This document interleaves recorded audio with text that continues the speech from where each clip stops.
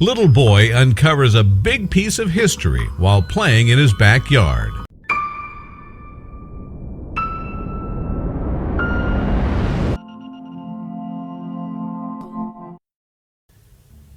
Listening to your grandparents embellish stories is half the fun of growing up. Trying to determine which ones are legit and which might be bending the truth creates plenty of time for family bonding. But one Danish boy heard a story from his grandfather he just knew wasn't true. During World War II, the old man claimed that something major happened on their family farm, but the boy never believed him.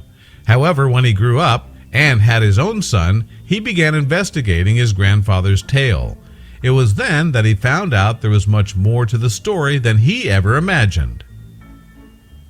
One holiday season, Klaus Christensen, then just a boy, was baking Christmas cookies with his grandfather on the family farm in Birkhouse, Denmark, when the old man launched into a story from the past. His grandpa told him of a World War II fighter plane that crashed behind the family farm back in 1944. But the field, currently used for grass and cattle, didn't back up the claim. At the time, Klaus, seen in 2018 on the left, recalled he was telling a lot of stories. Some of them were not true and some of them were true, but we had never seen anything on the surface, not a single bit of metal, just cattle. As far as he knew, the story of a fighter jet in the backyard was just a good story. Still, in 2018, when teachers gave his 14-year-old son Daniel, shown below, research homework on World War II, the dad made a suggestion in jest. "I jokingly told him to go out and find the plane that's supposed to have crashed out in the field," Klaus said. Daniel, though, jumped at the idea of including family history in his project. To humor his son, Klaus grabbed the metal detector and the father and son duo set out for the pasture. At the very least, Klaus hoped we might find some old plates or something for Daniel to show in school. Klaus and Daniel searched the family's farmlands for hours, but just as they were about to turn in for the night and chalk up the plane to another one of Grandpa's crazy stories, the metal detector beeped on boggy ground. Shocked, the father and son started digging. First, they used handheld spades, and then they borrowed an excavator from a neighbor. 5 yards down, they found something. "At first, we were digging up a lot of dirt with metal fragments in it," Klaus said.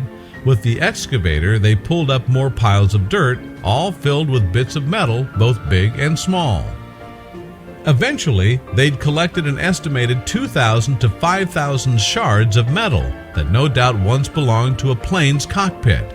When they dug further, however, a discovery turned the dig into more than just a school project. As they dug, they uncovered a motor, which Klaus eventually discovered belonged to a Bf-109 Messerschmitt plane, German munitions, and then something more disturbing. They found clothes, then bones, then the body of the dead pilot. On him, we found some personal things, Klaus said.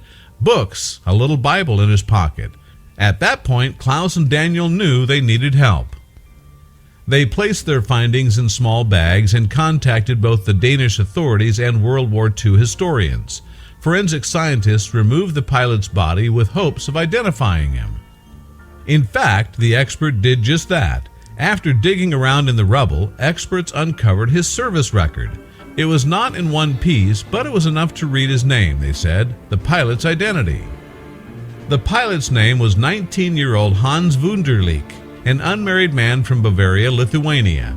Experts also uncovered on his person 2 unused Danish coins and food stamps good for a canteen at the nearby Aalborg Air Base. While the wreckage served as his final resting place for 70 years, authorities returned him home for a burial. This was an unintended and undoubtedly a sentimental bonus to Daniel's simple school assignment. As for the rest of the wreckage, no, Daniel didn't get to bring it all in for a school project.